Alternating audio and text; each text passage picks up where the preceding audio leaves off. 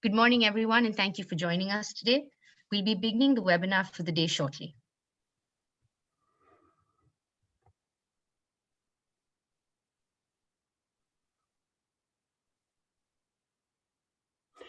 Hello and welcome to our webinar on how travel data can help you to supercharge your advertising campaigns, and not just for travel brands. I'm Ben, a business director at Crimtan, and we have in the last year looked at different ways in which we can help clients maximize data to get the most out of their media campaigns. One of the verticals where we saw immense value here in this data that was provided was in the travel space, where the ability to have as much information on the client as possible was seen as extremely valuable. And in order to do this, we decided to partner with ADARA. This gave us the opportunity to implement their first-party travel data segments into the Crimtan DSP, enabling us to match these with our suite of tools that we already have at our disposal. During this webinar today, we will go over some of the benefits that this data offers, how it can help clients to maximize their campaigns, visibility into the industry going forward, and we can also delve into the partnership in more detail. To do this effectively, I've asked Toby Morris, Sales Director at ADARA, to come along to help enhance the message. And I'll just pass over to him now. Hello, my name's Toby Morris. I'm Sales Director for ADARA, normally based in our office in London. And I look after the UK, Ireland and the Netherlands regions for ADARA. So I'm responsible for all of the kind of commercial relationships that exist in our kind of data pool there. Thanks for that, Toby. That's brilliant. That's all right. No, that's cool. And I think the easiest way to kind of just go into this is just to look at now between the two of us. We've been working across the travel space, if you put us together, for over 20 years across numerous publishers and ad tech. So hopefully giving us the ability to have a more thought out understanding of the space. I think what the main aim of this is to help clients and agencies and anyone kind of listening in, just to get a bit more of an understanding as into how this works. So it'd be great to kind of dig into some of the key elements around the data and your thoughts around its value firstly. So, I mean, looking at the data that you guys hold, what is unique about travel data? Like, for example, where does it come from? So I think, I guess I'll answer that question in two parts. So I think the first thing in terms of the uniqueness about the travel data. So I remember when I first started at ADARA, and we used to have a slide that kind of illustrated this really well. And it was all to do with the fact that the travel data was very scalable. It was very collectible. In that the data, so much of the market for travel in particular is now done online. Bricks and mortar kind of travel agents, travel operations are kind of few and far between now. Most of the general population is very, very comfortable with kind of booking their travel online, which means that data that is generated from those searches and those transactions is hugely collectible and is now, as I said at the start, kind of available at scale across kind of multiple different markets. And so I think its uniqueness comes from that. There's not many other kind of sectors within the industry where so much of the transactions are taking place exclusively online. And in terms of the uniqueness, I mean, when we go and talk to customers about the sort of the uniqueness of our data, I think what I always end up coming back to is the fact that you give up so much information about yourself when you're booking a trip, and oftentimes you don't probably realize that you're doing it, but we talk about the different data points that ADARA sees, and and it's we say it's more straightforward things like when you're traveling or where you're going to or where you're coming from, but it also we can look at things like how many people are on the booking, how many, whether that's made up of adults and children. If it's children, we have to find ages for the children. How much are you spending on a hotel room per night? What sort of star rating are you looking at? So when you kind of aggregate all of that together, it does give you a kind of hugely interesting and complete, I think, or almost complete picture of an individual based on the travel habits. So yeah, I think it's supremely collectible, and it provides such an excellent proxy for understanding an individual at scale. One of the key things I guess I take from this data and from what I see is that is that the variety where it comes from. So the mixture of different brands, and also different verticals within travel that you can generate these data segments from. Could you get a bit more detail into kind of the partners that you work with? Yeah, of course. So we aggregate data from across the whole sector. So that could be airlines. So we get data from kind of several big global airlines, from lodging partners. So from hotel chains, sort of, big national hotel chains like Marriott, for instance, but then also kind of smaller hotel chains that are maybe sort of more local to an individual market. So we're getting data from those sources. Also getting data from online travel agents and kind of flight meta search sites too, from car hire companies, pretty much everyone, across any kind of part of the your travel purchase journey, as I say, right from that kind of initial when you're booking a flight right through to your ancillary purchases as well. So yeah, we do really get a really good kind of holistic view of the traveler at any one point. No, that's brilliant. And I think you elaborated on it a bit more earlier, and around the variables that you're actually getting from it. So the differentials that you're getting from, as you said, who they're traveling with, how much they're kind of looking to spend, and that transactional element is extremely important. And personally, it's one of the main reasons I think that this partnership has such strong legs and an opportunity to grow. The fact that I think it might have been yourself, I don't know. Someone's definitely said to me in the past that I think it's only in a mortgage do we give away more information than we do when we purchase a holiday, because we have to put so much of our personal information into that process that we end up giving away a lot about ourselves. Yeah. Well, I think you've officially stolen my line there. Yeah, no, I think that's that is I mean that is what I say. We talk to a lot of customers. The only other transaction I think of where you give away more about yourself than a travel transaction is buying a house. And I think once you go and talk to people about the sort of the power of travel data, and there is that realization point, and we you see it all the time when we go and talk to people, is absolutely, you're bang on. Like it is such a huge kind of wealth of data that you give up about yourself as an individual. And the other thing is sort of part of that, and I know Carolyn, who's our CMO, talks about this as well, in that travel is very individual to the person. You can have a street of houses with families in that street of houses, and they'll probably shop at the same supermarket. They'll probably half of them might read the same newspaper, half of them might read the other newspaper. They'll all have similar kind of cars, but they could all travel or holiday in totally different ways. And so travel is kind of very, very unique to the individual in terms of that. So it's not it is a great way of kind of sort of tailoring a message to an individual. No, yeah, definitely. I guess one of the key things that I've kind of looked at is what differentiates it in the market, travel data. What is the key benefit that you could take from this to help clients within that space initially, for whether that be from conversion or from bringing new to market consumers? I think it's, like we said before, it's a great proxy for understanding about an individual. We look at things like loyalty data, for instance. We get a huge kind of pool of loyalty data from airlines and hotel chains and other kind of organizations with loyalty programs that passes information about a person's loyalty status. Not obviously anything identifiable or anything kind of personal, but just even being able to identify somebody who's a sort of entry level loyalty member versus a platinum or a kind of gold level loyalty member. From that, coupled with information about perhaps they've booked a 4-star hotel recently or a 5-star hotel recently. Once you kind of start building that information and sort of adding that information to a profile, it's a really excellent proxy for understanding a person's kind of sort of wealth and their sort of disposable, their disposable income, their kind of that discretionary spend element. And that's when we've talked to organizations outside of the travel space, that has been something that we've really kind of led on.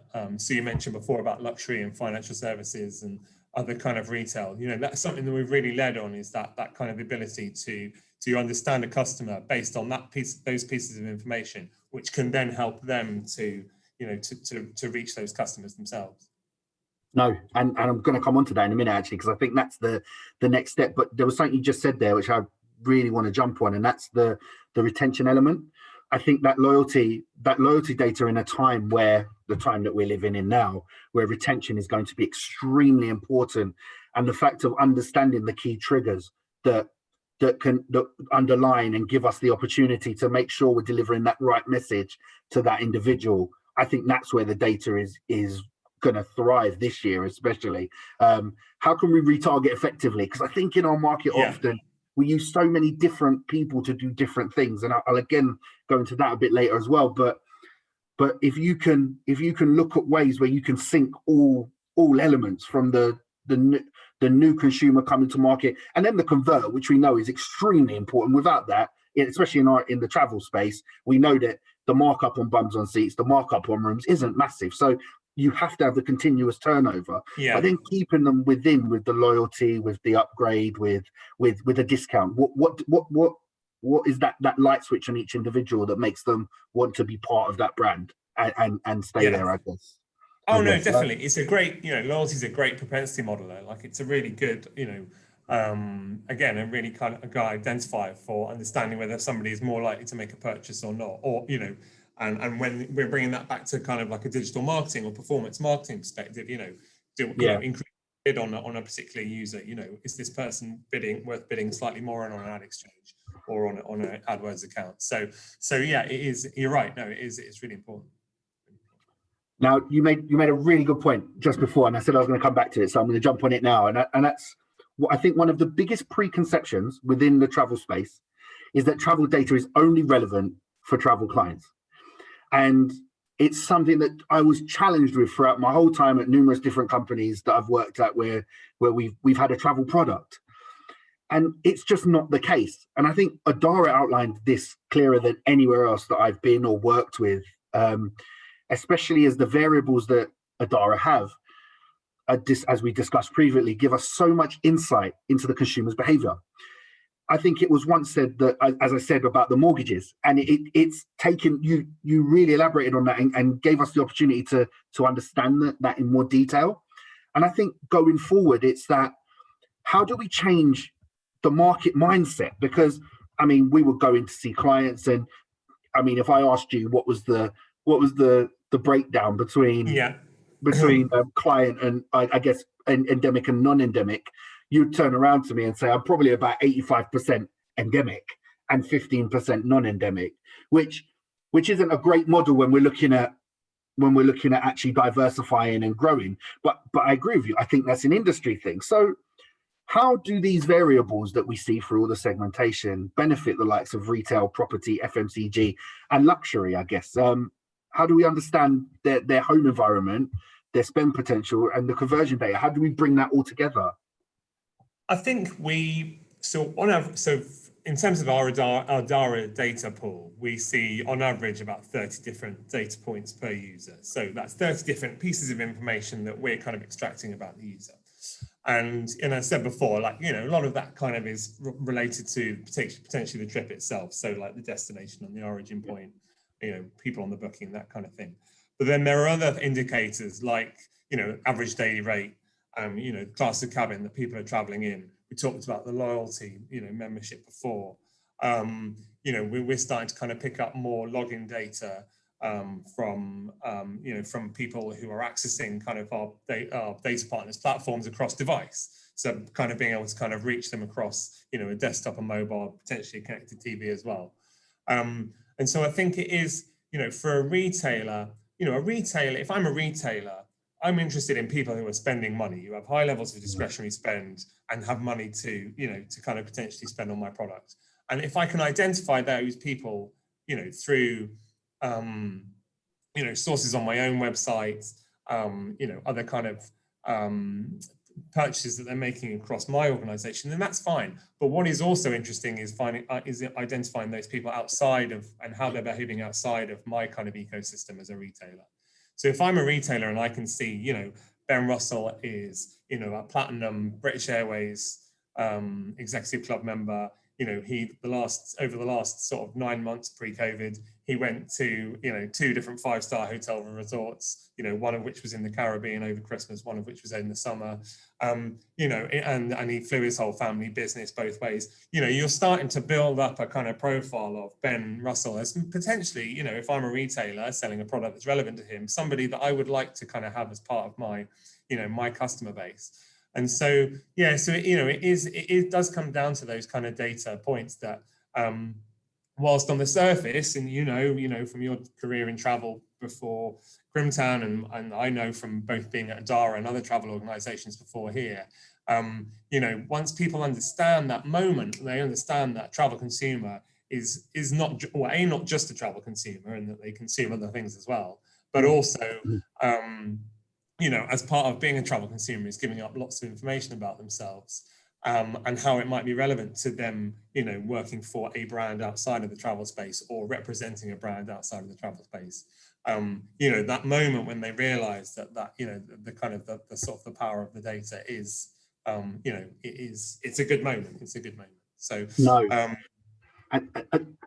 picking up on something there as well, though, because firstly, I want to know who that Ben Russell is, because it's not me. But hopefully I'll meet him one day, or he's part of my future. Maybe he might have to take him on holiday. we can only dream. But everything you mentioned there, and this was something else I've kind of looked at, is does this data though then lean itself, I guess, towards more of a luxury element? For non-travel, for travel, I get it. It's for everyone. But from a non-travel perspective, are we looking at? Do we see more value in it from a more luxury space where we can get that high net worth individual, or do you think that there is an opportunity to use it more broadly across a wider spectrum? I guess. I think a bit of both. I think, yes, it is interesting for luxury, and I think it's interesting for luxury, particularly at the moment. And we saw. And ADARA actually did put some kind of white papers and ebooks together on this, but we saw kind of like the convergence of luxury and travel sort of coming together. Previous brands that had just been associated with luxury kind of getting more on board with the travel sector. LVMH is a really good example of that, and how they kind of sort of started looking at kind of hotel openings and their association with Belmond and other kind of brands like that. So that's a really interesting way of looking at the luxury sector, because it was quite timely. But I think, and I think back to other brands that we've worked with outside of the travel space who are interested in our data. I mean, I've worked on with brands who are just interested, for instance, in using our data around families, like because of the data we get around, family bookings and so on. We do have just a data set which is, is basically just families. And we've had brands who are interested in just like, as soon as I've gone and talked to them and said, we have, sort of family data at scale, they're like, great, we have this product that we're trying to find families online to target efficiently, and we can't because it's a really difficult data set to find. But of course, just by virtue of the fact that you have travel data, we don't care about the travel element of what the data is, but the fact that you've got all this great family data. So I think it's yes, luxury's been a really good, and again, sort of, pre-COVID, we were doing a lot of work around that, and it was a real focus area. And it will continue to be a focus area, I think, once things kind of start to open up again. But because it kind of felt like a very thing at the moment. But no, I mean, I think it's interesting, all the different ways that we have kind of been able to kind of exercise the ADARA products and the ADARA data for brands outside of the travel space. That's the really interesting stuff, I think, actually, to be honest with you. Activating, going in and talking to a travel brand about why ADARA's data or travel data is amazing is a great conversation, but it's also like, they should understand that it's A plus B equals C. Yeah, exactly. Yeah. Whereas if you do something with we did some really interesting work with an alcohol brand a few years ago, where they were just looking to target people who were going to particular destinations. Again, like not an overt travel brand at all, recognizing the value of our data, really excited by it. And, they wove it into like a larger data strategy across a campaign that they were doing, but it was brilliant. And they ran, it was so successful. They then ran the same thing similar campaign the following year. So, and that, to be honest with you, that's the stuff that gets me sort of, excited about the data. And that's good, because that stuff you mentioned about families, I take that on board, and I find that quite interesting, because you're right, it could be families, it could be solos, it could be over 40s, it could be, but the fact that you have the ability to tap into their information and get so much more out of them is quite interesting. And that kind of moves it on to, I guess, one of the biggest challenges I've always found is that when you go to the non-travel brand, as I said, whether that's client or agency, the biggest kickbacks a lot of the time is, we already get that through third-party data sources, or we're using so and so to do that for us. And I think one of the things that we don't harp on about, or has never been produced or really pushed, is the freshness of this data, and the fact that we're not building lookalikes here. We're not building just large pools of audiences of cached data of individuals that might not be in a market, or might not live in the right environment, or so many different variables. The fact that, and I sorry if you said this or not, I'm not sure. No, I think you've missed one of my little things that I was going to mention, the recency. Yeah, but also the fact that it's, I mean, and a lot of your partners, if correct me if I'm not, but the data is refreshed every 24 hours. So being able to get a fresh idea of an actual audience pool is extremely, it offers so much value, I feel, that others really struggle with. Yeah, you're absolutely right. And I think that was one of the other little boxes on the original ADARA kind of pitch deck that we had sort of 5-6 years ago here. But so the recency of the data, the fact that it's so fresh, and it's, that's always historically really been important to the travel sector, because as we all know, we tend to kind of do that sort of purchase, that travel purchase journey in particular sequence. We tend to decide where we're going, then we'll book a flight, then we'll probably book a hotel or a lodging, and then we'll book our ancillary stuff like car and travel insurance and so on and so forth. So having that recency is really important, because a hotel brand doesn't want to be in front of a customer that's already booked their hotel and is now looking at a car. A flight, an airline doesn't want to be in front of a customer who's already booked their flight and is already now looking at a hotel. So, the recency of that kind of data is incredibly important. So, so by virtue of the fact that it is updated every 24 hours and refreshed every 24 hours, makes it a really, really important data, potentially important data source as well. I guess also it can help those brands that sell ancillary products that fit in with travel but aren't travel brands. So when we're talking about retail, and you look at how, for example, if you could tell me, which I'm guessing your data can, that a consumer, maybe this consumer only really takes a holiday once a year, spends quite heavily on that holiday. So if we miss the boat on that individual, is there a point in serving them the ad or delivering numerous wasted ads to this person who is unlikely to be converting again on another holiday? So taking all of that into account. Because if you're a brand and you get that wrong, and you are, and Ben Russell, the other Ben Russell, who's not going on 5-star holidays, who's going on one holiday a year, and and he's booked his holiday for the year, and he's still getting served ads for hotel chains who are trying to market to him, or car hire companies who are trying to market to him, and he's already done it. Then that brand, those brands are going to be reflected badly in the eyes of Ben Russell, that consumer, aren't they? So it's really important to get it right. I think the days of everybody being retargeted with ads left, right, and centre, and kind of rolling their eyes, but thinking it's an acceptable part of the ecosystem are over now. Like it's a bad experience.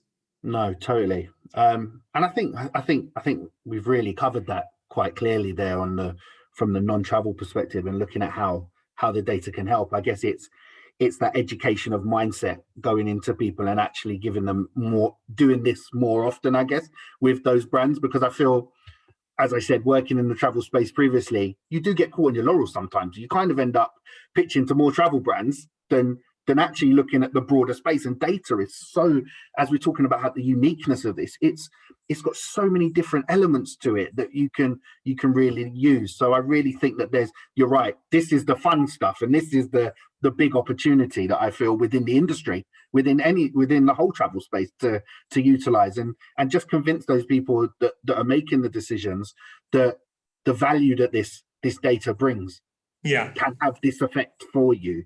And I think once we get through that barrier, break down those doors, we could really see this working really effectively across both the convert and the brand and engagement elements of no, absolutely. That's certainly the hope. And by working in partnership with organizations like yourselves, we hope to kind of take some of the relationships and the partnerships that you've had perhaps with your organizations had outside the travel space, and kind of bring this sort of additional sort of this data element that to them, and explain to them, hopefully in a kind of similar way to that we're doing now, as to why it's of such value. Definitely. I'm going to go into the really fun and exciting part now. So I think we've sandwiched this in the middle of it. But it is important. So to discuss it is extremely important. Data protection and privacy are important. Thank God. I thought you were never going to get onto that. Thank God. And that we here at Crimtan ourselves, we have worked tirelessly to make sure that we are fully compliant with what the industry demands. It would be great from our point of view, just to hear from you kind of what ADARA has done to make sure that it is firstly, I guess, compliant within the industry, and how, pardon me, how you have to consistently evolve, I guess, to keep at that point with notorious changes happening regularly, and coming off the back of GDPR when you hold such broad data sets. No, and it's interesting. I never thought when I first started doing this, working in media, when I worked for a newspaper, and I never thought, if you'd have asked me 20 years almost 20 years down the line, whether I'd be such an expert in kind of like compliance and data legislature as part of my role, I would have said, no, you've got the wrong guy. Like, no, I sell ads in a newspaper. But there it is. It's a perfect kind of example as to how the industry's changed, really. I think probably actually the best place to start is with GDPR, because I think that was a really interesting exercise for companies like ADARA and companies like ADARA, because suddenly there was this this big magnifying glass, this big shining light on being shone on kind of how these organizations obtain their data. And interesting that it was being shone in Europe first. Like so much of these organizations are North American in their setups, in their bases. ADARA's not alone in that. But interesting that this, the kind of the legislature really in the case of GDPR was led by the European Union. So I think a lot of North American organizations really had to kind of start brushing up on their European legislation as well. And that in itself was an interesting exercise, because now to a certain extent they're kind of playing catch up with different bits of legislation going on sort of statewide in that country. But I think so I mean, for GDPR it was interesting. We obviously, as I've mentioned before, we work with over 270 data partners. So these are organizations who are passing data into our co-op. The thing that we had to make sure of and to work with our partners on was making sure that they were still remaining compliant within the legislation, to be able to kind of continue that relationship with ADARA. So to make sure that that's, contractually was kind of still something that was going to be enabled by the brands, and they were, as part of that, making sure that their consumers on their brand sites were privy to that information, or certainly that information was accessible if they wanted to find it. And so, I think for a lot in the run-up to GDPR, we got lent on a lot as an organization who had, a fairly significant data resource or data privacy resource, to kind of work with them almost in a consultancy basis to get them to help them with their compliance. And we did, we did do that, and we worked with all of the brands that we had, and they were all compliant. And then I think once we got to that point, it enabled us as a sales team then to go out really kind of, confidently into the market and say, well, we can tell you why we are compliant or how we are compliant. All of these partners we work with, you can see them, they're on our marketing material, a lot of them. we're compliant within the bounds of the legislation. And so I think it meant that almost for us to be able to come out with that kind of message, of transparency, like huge transparency as to where we get our data from, really enabled us to win as an organization GDPR, and saw a lot of other organizations who, perhaps up to that point have been competitors who were maybe slightly more kind of like gray about where they got their data from, go to the wall or have to pivot. And so, I've said it before kind of, and it's a bit sort of trite, but, ADARA had quite a good GDPR, it worked quite well for us. And so now we come across the next sort of thing, which is obviously the kind of, additional sort of privacy legislation plus third-party cookies potentially disappearing. And so, we find ourselves again in a situation whereby we have to kind of change the way that we collect our data. And I think, a lot of lessons have been learned hopefully from the process we went through for GDPR. We are talking to our partners, that process has been well underway. Like we saw this change kind of coming for some time, probably really since GDPR. And so now, we're working now with our partners to kind of change the way we collect our data, to move from a kind of pixel-based model into more of a kind of an SDK integration, move us into a kind of more sort of first-party classified collection. And so, so we can still enable kind of collating this data at scale. Will look slightly different. It's going to look slightly different for everybody. But the main thing is that we still want to have the richness of that data at scale to be able to kind of offer to the brands that we work with. So, gosh, I mean, that felt like a long answer, didn't it? No, it was, but it was good. But it's a good one because it follows on to a couple of things actually. And I think what I've always liked is the fact that you guys share a large proportion of the data partners that you collect from. And I think that adds massive value to us, to the client, or even to the consumer, to understand that at any time you can go on ADARA's website and see who their partners are that they're drawing some of this data from, adds value, and it makes you feel more protected. It makes you feel more protected as a consumer.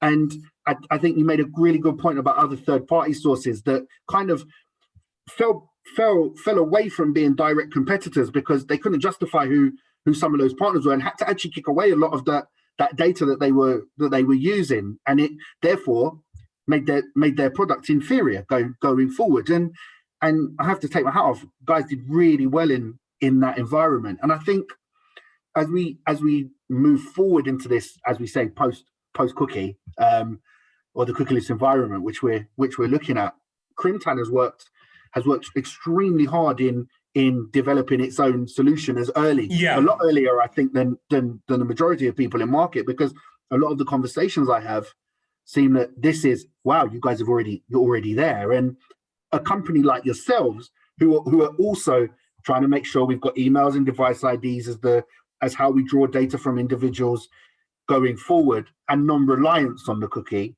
None of us expect the cookie to disappear, but it's not going to be the be all and end all. And I think since coming over to Crimtan and understanding how we've implemented active ID into environments, and the increase in the matching rates, the ability to target, I have to be honest, I wasn't even aware that we couldn't target people across Safari as boldly as I wasn't until I walked into Crimtan.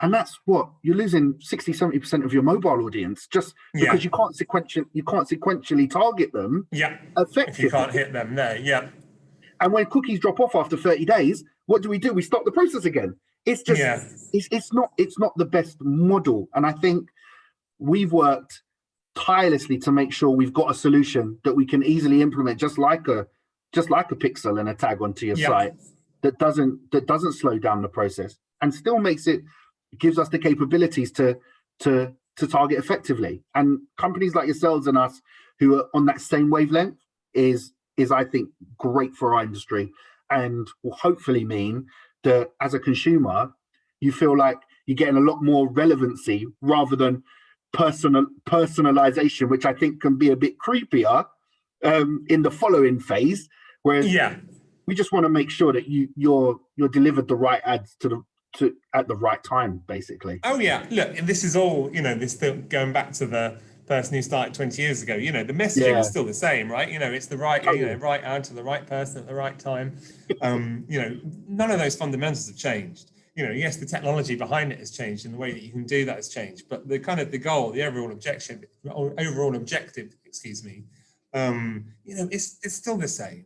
And that's why, you know, and I think it's always really good. I'm glad you said it, because I think it's always really good for everybody to remind themselves that you know, that hasn't changed. Like, you know, and you can bring in all the sort of the new technology or the new words or the new use of different words and the new terminology you like, but the goals are always the same. They're the same as they were 20 years ago, the same as they were 40 years ago. You know, it is that kind of, you know, right ad, right time, right person. And you know, it's good to be mindful of that. It's good to be mindful. No, and as I say, great to see that there's similar wavelengths and trying to do the right things for the industry, because I think that's the digital is so accountable. Like we can see everything, and that's the great, for me, that's the great thing about it, is that there's no hiding places, but we should use it in the right way. And I think companies like ourselves are making sure that we can do that. I guess moving forward out of that, so obviously we're doing all the work we do there, but moving forward and stuck in the year we've kind of had, which has been challenging for the travel space. I think what was the phrase that we used when we were the first ones in and we're going to be the last ones out. That's true. It's true. Space. And it's really hard for so many brands out there. What do you think the landscape looks like for clients in particular coming up? Let's say we're May, June, green lights are lit.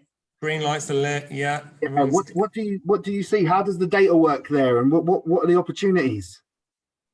I think I'm actually pretty positive, and I'm not just saying that because of the industry that I work in or the organisation I work for, but I think it's, you know, the big differentiator now has been the vaccine. There is a way out, and although, you know, at the time we're kind of talking now, yes, things are still a bit grim here in the UK and Europe, and, you know, we can't do all the things that we want to do, and we can't see all the people that we want to see, but you know, there is a road to the end. The end is in sight, like it genuinely is in sight.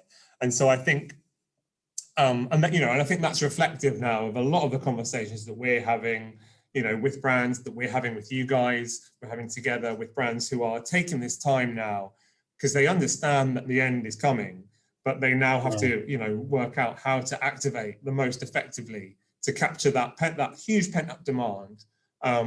Because, you know, when you talk about like June, July, you know, when those green lights are on, it's going to be, you know, the floodgates are going to open. And, you know, we saw a little chink of it last summer in that kind of tiny window. When people could, you know, the belt was loosened, the gates were loosened slightly, and people could kind of move around, and you know, just everybody really did, didn't they? And then, you know, and then it all kind of closed off again.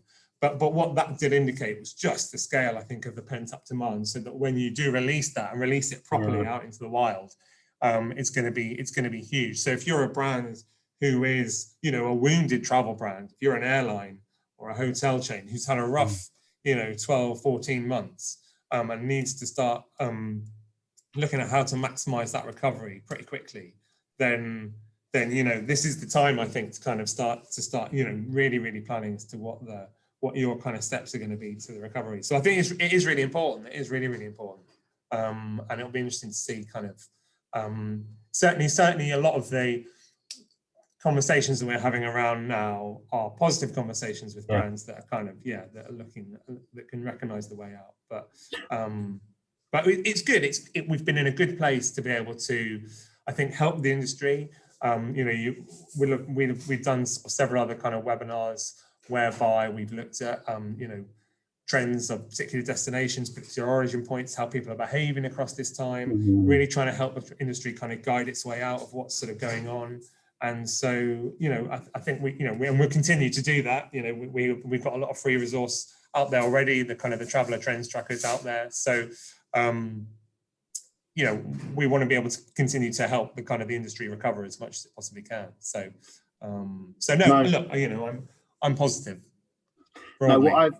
I think what I've seen that's quite positive, and I think from the partnership we've put together, I think there's two things to take firstly out of it. But what I've seen is that we've only been partnered since the end of November, working together, and the campaigns that we have run, performance Yeah. has been exceptional so far. Yeah. And I really take value from the fact that even though searches are down and the number of consumers within market is smaller at this present moment, even though it's increasing month by month by month as we get more confident through vaccines, through continued testing, to see that performance and those that have been bold enough to actually activate.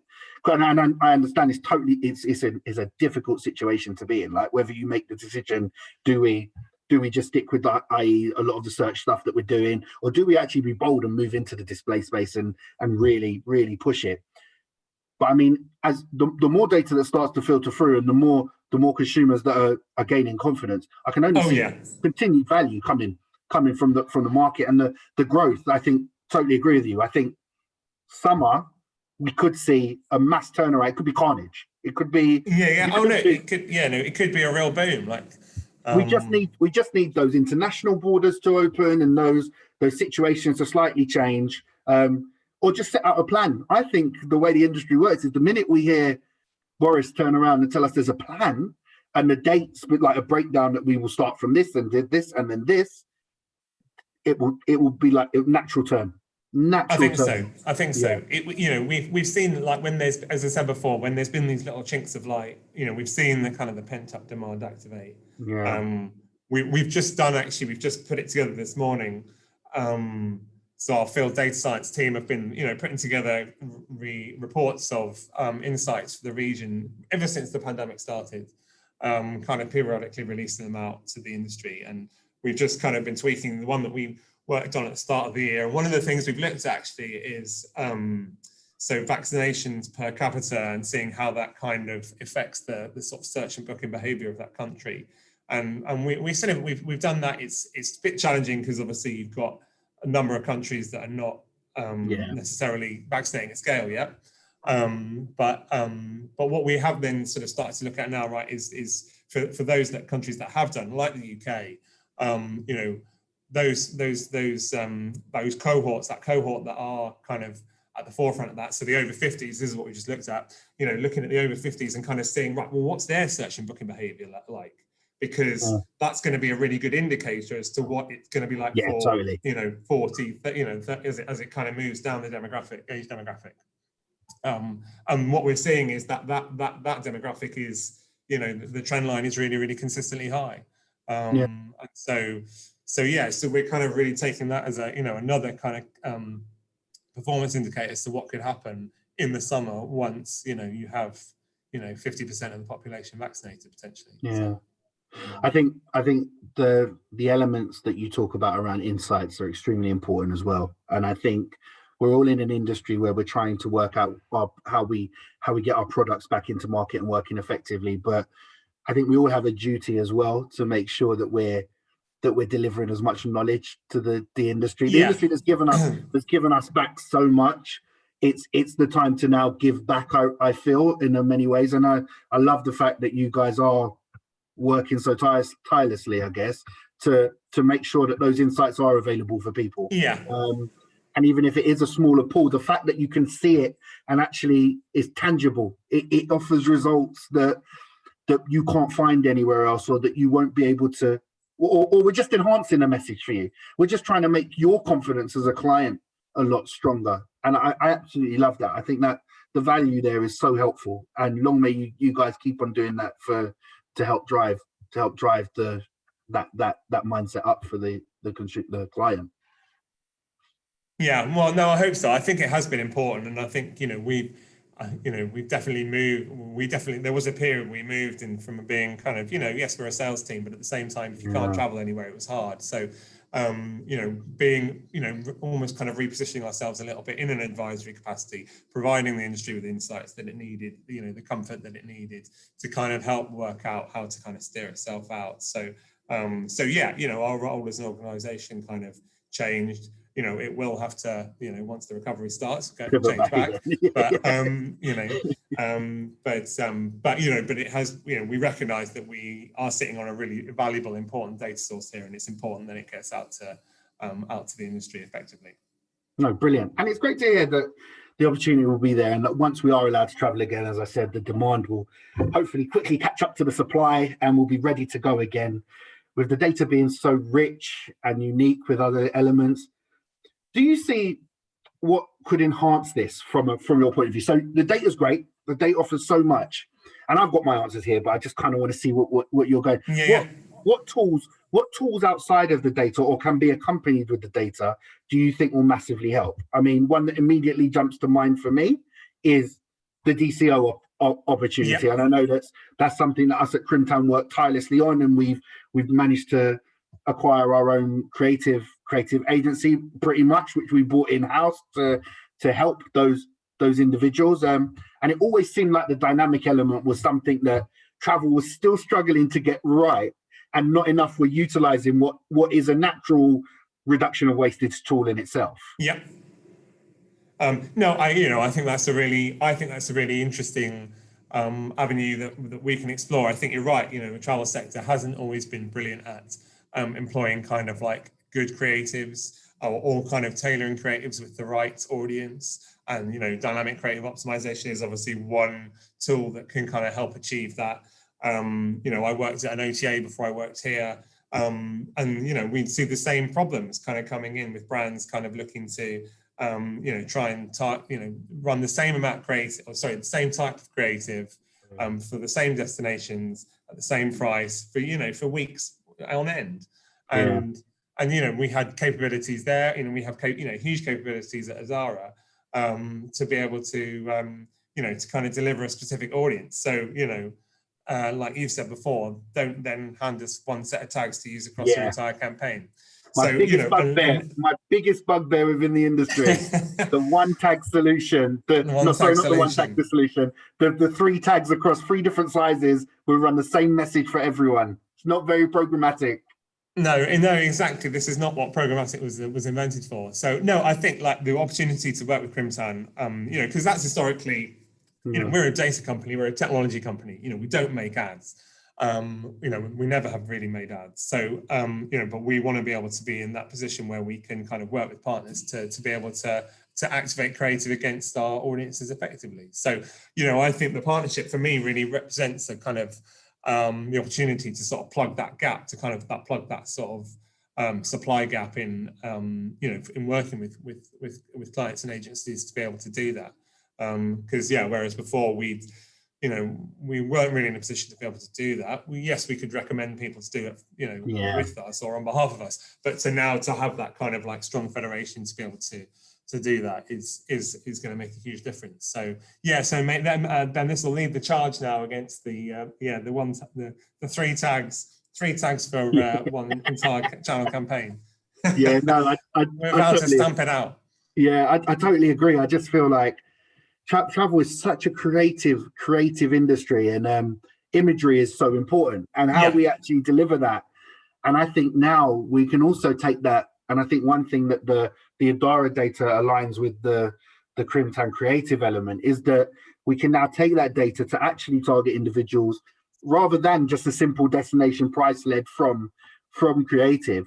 We can now actually be a lot more creative in how we look at every individual. And if we need to create one tag that houses 3,000 different creatives, then we'll do that, because the opportunity is that, for one, me and you should never get the same ad. But not just me and you, anyone within necessarily, let's talk a 5, 6, 10 mile radius from where we are right now, should also not be delivered the same ad, because how we consume media is very different. How we interact on the internet is very different.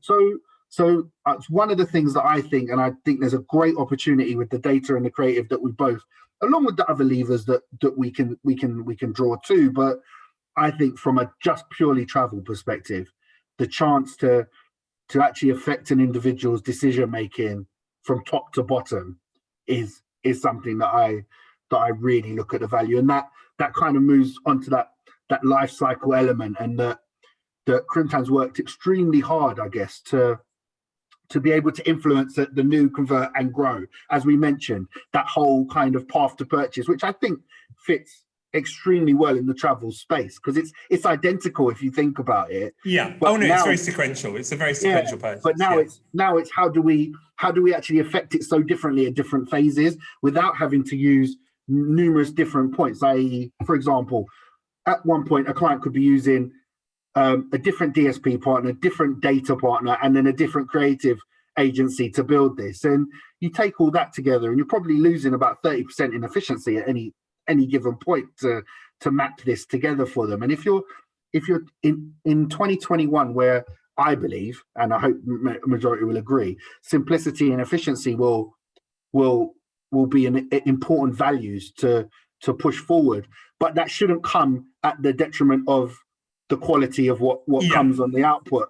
So absolutely. And I think that this partnership offers that from that element. And then if you can link that active ID into the life cycle piece, I think we've actually got a great tool to go and talk about, and a helpful tool that offers, as we said from the beginning, not just the travel space, but we can ideally help them first. But then also looking at how we show those. I mean, we've done a lot of work in the FMCG and retail space. And now if we can take that data that you provide and overlay that on top of the great creators we've been building for that environment already for years, and pushing them out through digital out of home, audio, display, connected TV. It's a huge opportunity, as I say, and it's I think it is really exciting, and it's been, this time has been good in many ways. I know it's been a difficult time, but it's been good to be able to kind of maybe have the time to think about partnerships like this one, and kind of really have the time to explore them. And and maybe it would have been difficult in kind of other times, but this has given us the opportunity, all of us as organizations, to kind of look at what we do well, what we don't do well, where there are gaps that we need to plug, what partners we can be working with, who's going to enhance our organization. And I think this has been a really good kind of product of this time, is to be able to to kind of federate with Crimtan and to to hopefully take advantage of some of the offerings and the kind of the product suite that they have that we've not been able to offer up until this point. No, totally. And I guess that kind of comes towards near the end of what we're kind of discussing. I think we've gone through quite a lot of stuff there, and I think we've covered it off quite well. But I think what has become clear is that the power of travel data spreads well beyond its travel routes, and can offer insight into first-party audiences that we struggle to get such in-depth information on anywhere, I guess, within our ecosystem. What we're really excited about is the chance to be able to activate this data, as I mentioned, while utilizing and putting it alongside all of the other key levers that we have been so successful with over the years. There is that element of efficiency and simplicity that I think is going to be extremely important going forward, and working with two partners that can easily sync together without having to have numerous different people talking to each other, will hopefully help to build that going forward. And I think the travel space will need help, and we know that, and we're here from both parties, from an ADARA and from a Crimtan perspective, to be that helpful tool. So yeah, I guess if we can be efficient and help them going forward, that's what we want to kind of achieve. And it's been great to talk to you today, mate. It's been great to talk to you too. This has been fun. I've enjoyed it. Yeah, it has actually. I'd like to I thank you for your time, and I'm really looking forward to the partnership growing together and seeing what we can possibly do over the next year, and how we can draw all of these elements together and utilize some of that great data that you have available. Yeah. No, likewise. It's an exciting time. It's an exciting time. So no, thank you very much for having me. No problem. Thank you very much.